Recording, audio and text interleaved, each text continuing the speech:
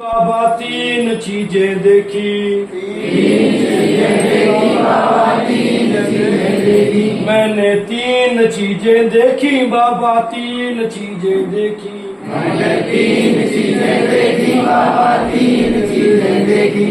बाग में देखी मकड़ी,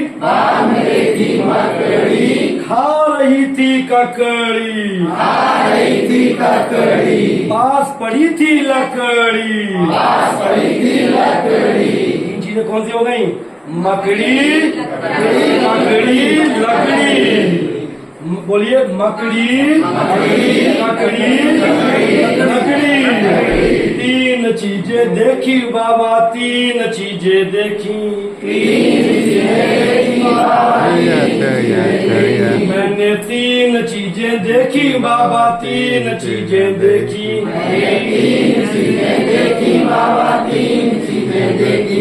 बाग में देखा भालू, खा रहा था आलू, नाम था उसका कालू, भालू, कालू, तीन चीजें देखी बाबा तीन चीजें देखी,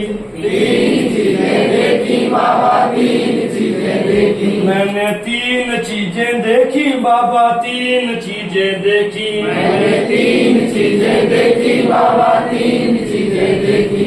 बाग में देखा मोटा,